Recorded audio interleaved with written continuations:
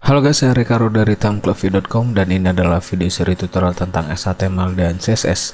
Pada pertemuan sebelumnya kita sudah membahas tentang CSS External Style Sheet dan di sini kita akan tetap menggunakan CSS External Style Sheet karena kita harus terbiasa menggunakannya di dalam membangun sebuah website.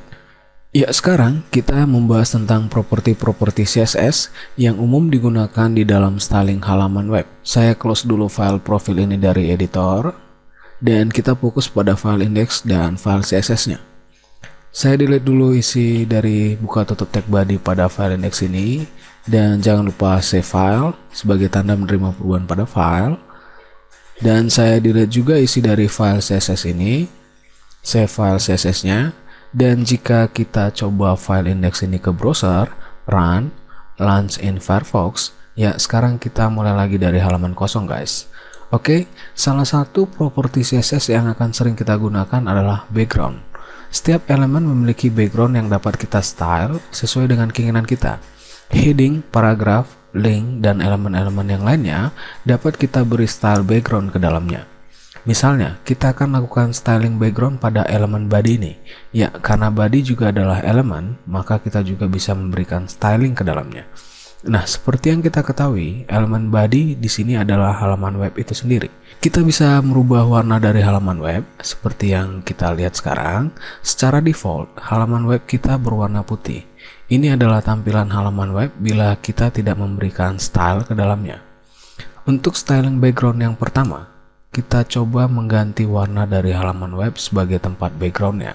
Pada file CSS, kita ketikkan body sebagai elemen yang akan kita style. Ya, kita juga biasanya menyebut elemen ini dengan selektor di dalam sintaks CSS. Jadi elemen dalam HTML disebut selektor di dalam CSS. Oke, kita lanjutkan guys. Beri spasi, buka tutup kurung kurawal, di dalamnya kita ketikkan background, tanda kurang atau minus, color, titik 2, spasi, dan kita beri warnanya dengan menggunakan kode warna, tanda pagar, misalnya 999999. Ya, 9-nya ada 6 kali guys. Jangan lupa akhiri dengan titik koma. Oke, sekarang kita coba ke browser, save file CSS ini, dan kita refresh file indexnya di browser. Ya, seperti yang kita lihat, warna dari halaman web ini sudah berubah sesuai dengan apa yang kita style pada elemen atau selektor body di dalam file CSS ini. Oke, kita lanjutkan. Selain memberi warna, kita juga bisa memberi gambar ke dalamnya. Untuk styling background yang kedua, sekarang kita coba untuk memberikan gambar ke dalam halaman web sebagai tempat backgroundnya. Pada selektor body, kita tambahkan satu properti di bawah ini. Kita ketikkan background, tanda kurang atau minus, image, titik 2, spasi, pada value-nya kita ketikkan URL, buka tutup kurung biasa, di dalamnya kita ketikkan dua tanda petik ganda, dan di dalam tanda petik ganda ini kita ketikkan nama file lengkap dengan ekstensinya. Ya, pada kasus ini, sebelumnya saya sudah menempatkan sebuah gambar pada folder images dan kita akan coba file gambar ricardo.jpg ini misalnya. Oke, kita kembali ke file CSS. Kita ketikkan images untuk nama folder gambarnya, garis miring, dan ricardo.jpg untuk nama file gambarnya. Pastikan kita mengakhiri properti dan value-nya dengan titik koma. Ya, sekarang kita coba ke browser, save file CSS-nya, dan refresh halamannya. Ya, seperti yang kita lihat, halaman web kita dipenuhi dengan gambar yang terus diulang-ulang. Bila kita tekan Ctrl minus atau Ctrl tanda kurang pada keyboard untuk men-zoom out halaman webnya, kita bisa lihat gambar akan terus diulang sepanjang halaman webnya. Kenapa gambarnya terus diulang? Ya, di sini saya menggunakan dimensi gambar lebih kecil daripada dimensi halaman web sebagai tempat backgroundnya. Oleh karena itu, gambar terus diulang sampai mendapati dimensi dari halaman web. Oke, tekan Ctrl 0 pada keyboard untuk melihat halamannya secara fit to screen kembali. Ya, untuk styling background yang ketiga, kita coba mengontrol tampilan gambarnya, apakah gambar akan diulang atau tidak. Bila kita tidak menginginkan perulangan gambar pada background, maka kita tambahkan satu lagi properti di bawah ini.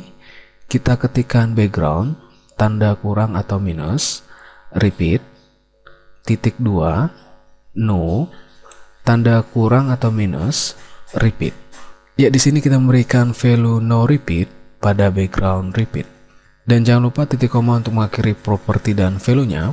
Nah, tidak peduli berapa besar dimensi tempat gambar itu diletakkan, value no repeat pada properti ini hanya akan menampilkan satu gambar tanpa perulangan. Langsung saja kita coba save file CSS ini dan refresh halaman webnya. Ya, seperti yang kita lihat, dimensi gambar tidak mengikuti dimensi dari halaman webnya.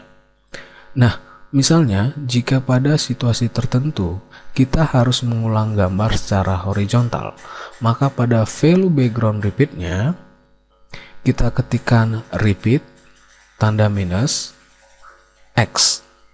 Ya, mari kita lihat hasilnya di browser. Save file CSS-nya, refresh halamannya.